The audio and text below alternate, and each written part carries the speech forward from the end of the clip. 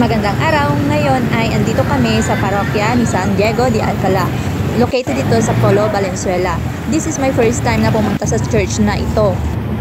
Na-amaze ako dahil bungad pa lang ay makikita mo na yung kanilang napakagandang altar.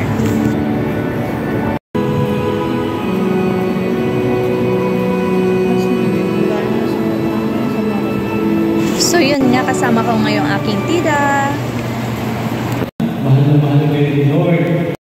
Ang gagaling din kumanta ng mga choir nila dito.